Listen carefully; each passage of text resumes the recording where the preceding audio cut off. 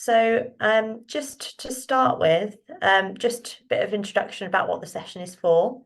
The session is designed to inform you about our new Playworker Level 2 apprenticeship. We're very excited about this programme because I think it fills a gap in apprenticeships that we weren't able to offer before, and there is a need for it. So we are excited to be able to offer this brand new programme and to be able to answer any questions that you have.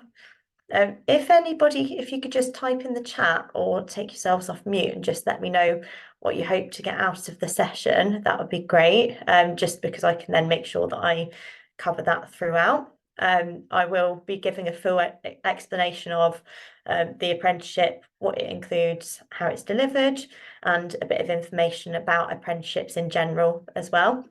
If there's anything specific, then please just pop in the chat what you hope to get out of the session, and then I can just make sure that I do cover that. Can everybody hear me okay? Just to double check. I know there was a couple that had trouble with sound. Just before I carry on, could you just let me know in the chat, just confirm that you can hear me?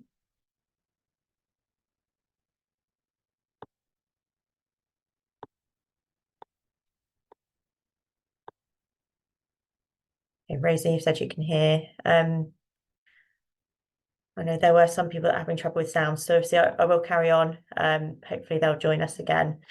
We are recording the session as well, as Rebecca has said, so okay, perfect. So it looks like the majority of you can hear me, which is great.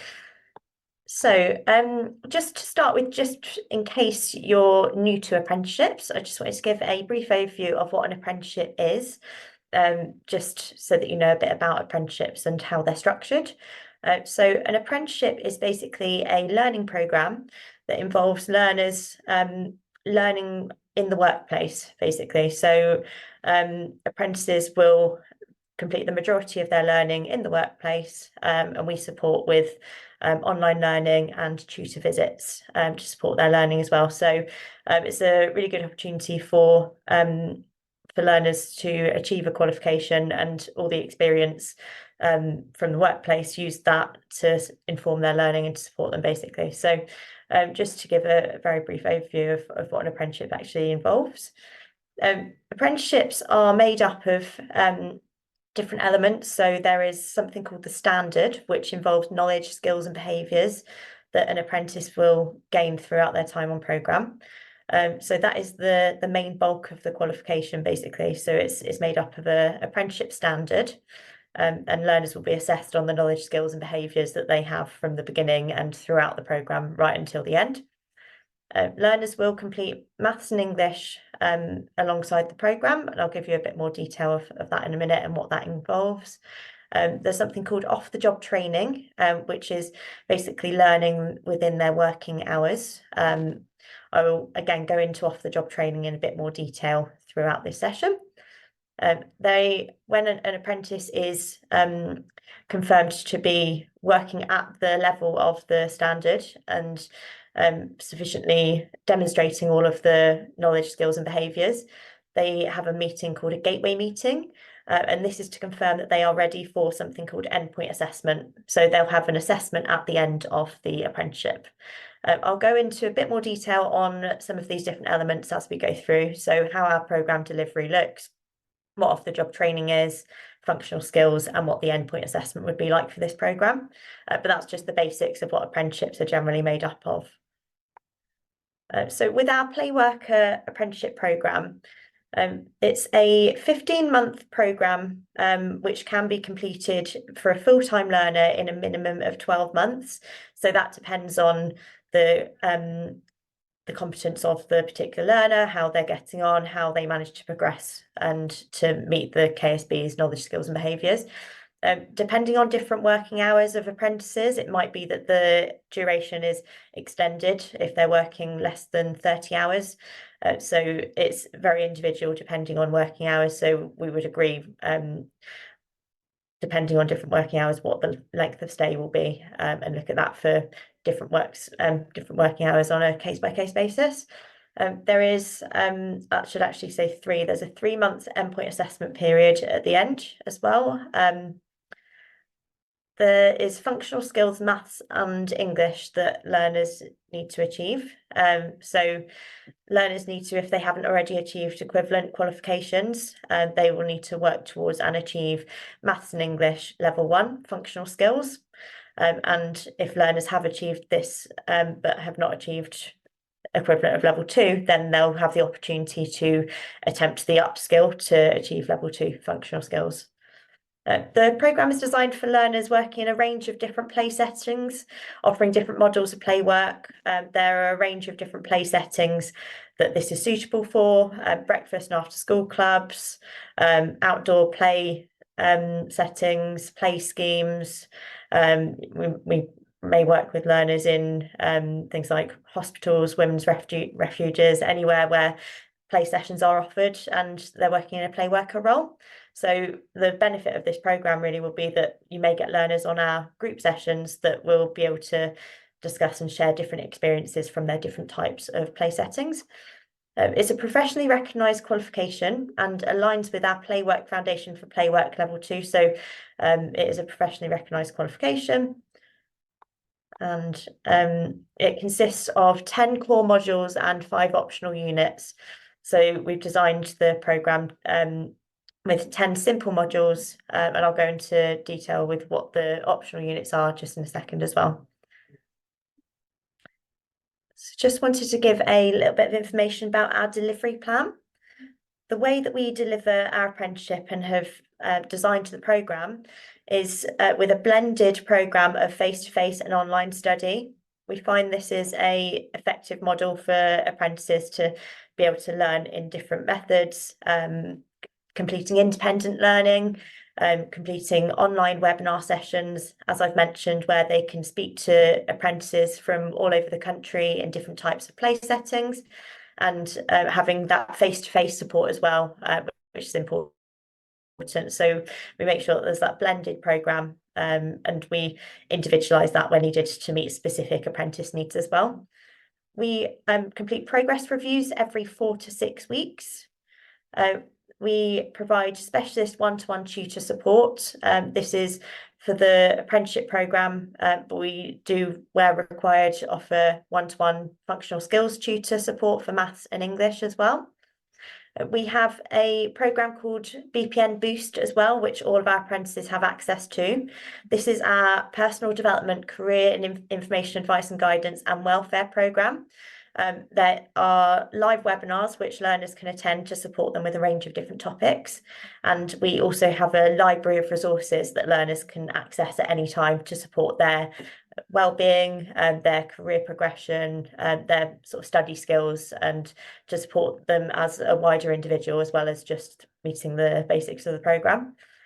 We encourage regular reflections on learning and practice, and we encourage and expect a partnership between the apprentice, the employer, and us as the training provider. So that's an important part of the apprenticeship as well, having that partnership working and that clear communication.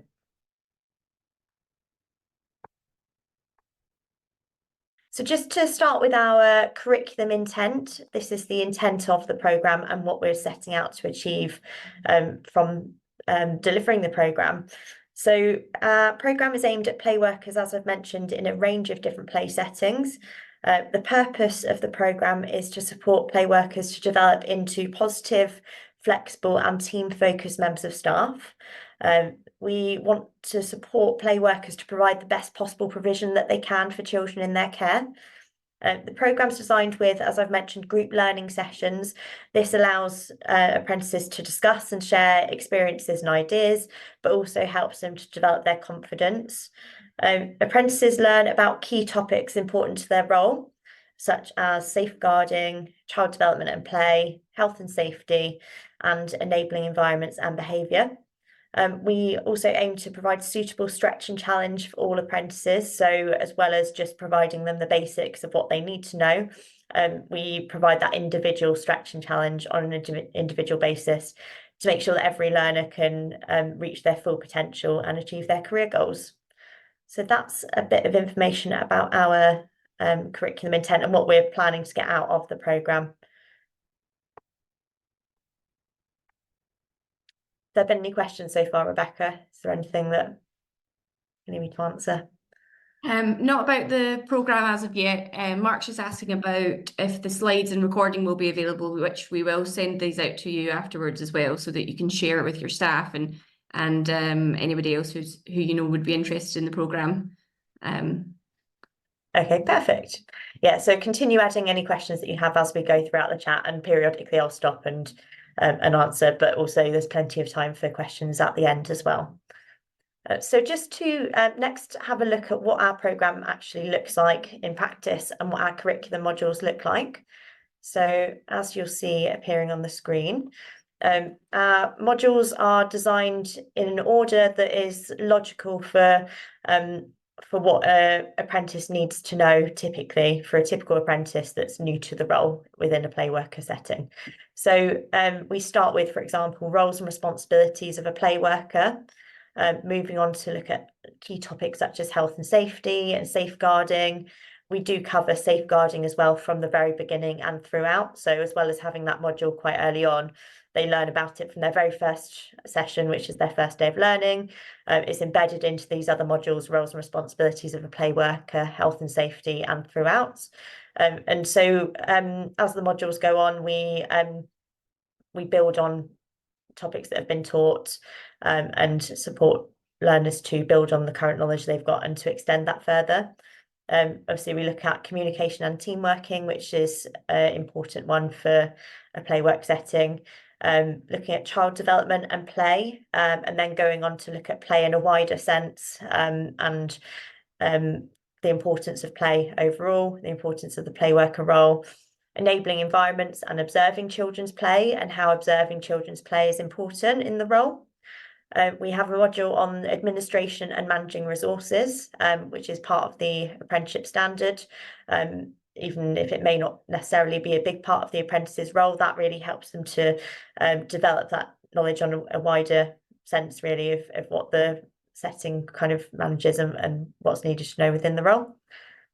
Supporting wellbeing and resilience, equality, diversity, inclusion, and partnership working and behaviour. So these sessions, we've carefully thought out really the order that a typical learner will need these sessions within, and we will also provide practice assessments throughout, so practice observations, discussions, just to make sure that learners get the opportunity to recap and recall on information in preparation for their endpoint assessment. You'll probably see why that's so important when I explain the endpoint assessment methods, but it's really important for learners to be able to consistently recap and have the opportunity to refresh on their knowledge that they've learned in all of the different modules.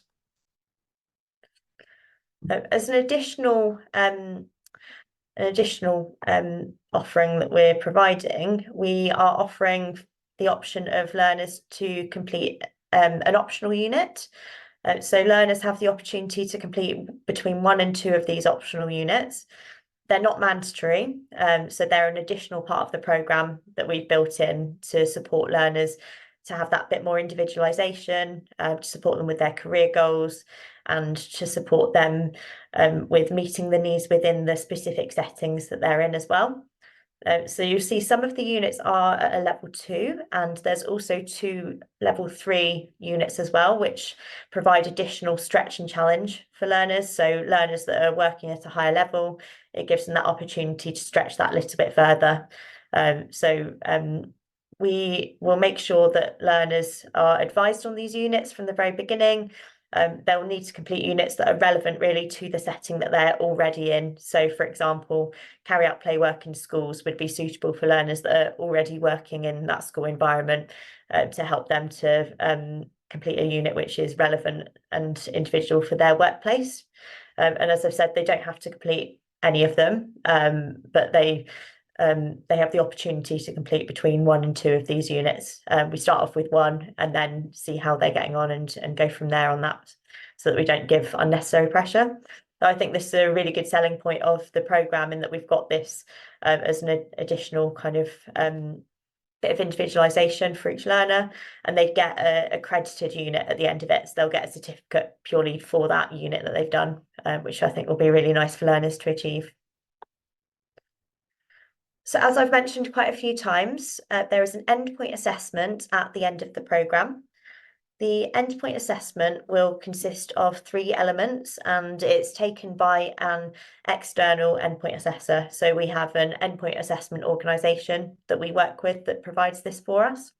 So the first assessment method is a multiple choice question test. The second assessment method is a professional discussion underpinned by a portfolio of evidence. And then the third method is an observation and questioning session. So there's 3 varied methods, which gives the opportunity to obviously assess that the learner is fully competent in the knowledge, skills and behaviours of the apprenticeship. So in order to support them to prepare for these assessments, that's why we plan in the practice assessments from the very beginning and throughout. Do lots of support with apprentices to relieve them of any anxiety or worries about these endpoint assessment methods, and to make sure that when they get into Gateway and go through their endpoint assessment, that they are fully prepared. But the benefits of having some of these methods, so for example, the observation and questioning as an endpoint assessment method, it really means that we are focusing on developing the apprentice to be the very best that they can be, so that they can then display that at endpoint assessment. So it definitely supports with making sure that the learner is given all that support to be the very best practitioner that they can be.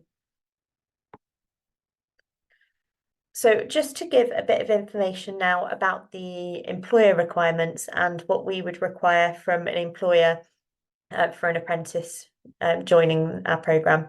So employers are expected to attend and participate in the learner reviews.